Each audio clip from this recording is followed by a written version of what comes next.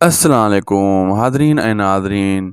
अॼु जी अपडेट में तव्हां सभिनी खे ख़ुशि आमदीद। उमेद कयां थो तव्हां सभु ठीकु ठाक ऐं ख़ैरियत सां हूंदव। दोस्तो, मां काफ़ी ॾींहंनि खां वठी हिकु टेलीफिल्म जी जेका अपडेट्स तव्हांखे बार बार ॾेई रहियो आहियां। उन सिंधी जेका टेलीफिल्म अचणी आहे, यानी टेलीफिल्म मूवी चई सघो था। ॾाढ ॾाढ हिकु बहितरीनु जेको आहे सिंधी टेलीफिल्म अची रही आहे। ॾाढ जो मतिलबु तव्हां सम्झी सघो था, वॾेरनि जो ॾाढ, अमीरनि जो ॾाढ, ग़रीबनि जे मथां ज़ुल्म जबर।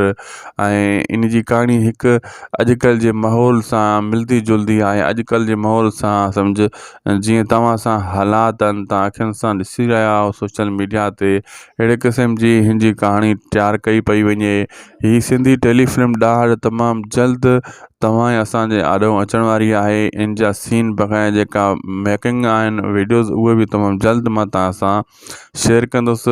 इहे तस्वीरुनि में अदाकार तव्हां ॾिसी सघो था, सुठा सुठा मेन अदाकार आहिनि। हीअ सुठी लोकेशननि ते शूट कई पई वञे। मंज़ूर दानिश उर्फ़ लौंग साहब बि हिन में मौजूदु आहे। डायरेक्टर बि पाण आहे, कॉमेडियन बि हू आहे नाले वारो। दोस्तों, मां ॿुधाईंदो हलां त बहितरीनु हक़ीक़त पुछो, ही सिंधी टेलीफिल्म आहे, हल्की फुल्की फिल्म न आहे। हिन जी जेतिरी तारीफ़ कजे घटि आहे। ही तमामु जल्द ईद ते इंशाअल्लाह रिलीज़ कई वेंदी असांजे यूट्यूब चैनल ते। दोस्तों, मां तव्हांखे ॿुधाईंदो हलां, ही फिल्म जेको आहे ॾाढ में सुठा वॾा मेन अदाकार आहिनि। ऐं दोस्तो, दानिश आर्ट काउंसिल में अगरि तव्हांखे का मतिलबु का फिल्म या ड्रामो तयारु कराइणो आहे त साम्हूं नंबर मंज़ूर दानिश जो ॾिनल अथव।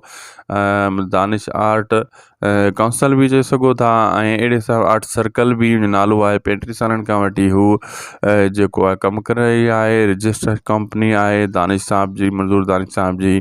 साम्हूं नंबर लिखियलु आहे, तव्हां सां राब्तो करे अदाकारी जो शौक़ु आहे या फिल्म ड्रामो वग़ैरह जेको कमु कराइणो आहे तव्हांखे हुन सां राब्तो करे सघो था। अल्लाह हाफ़िज़।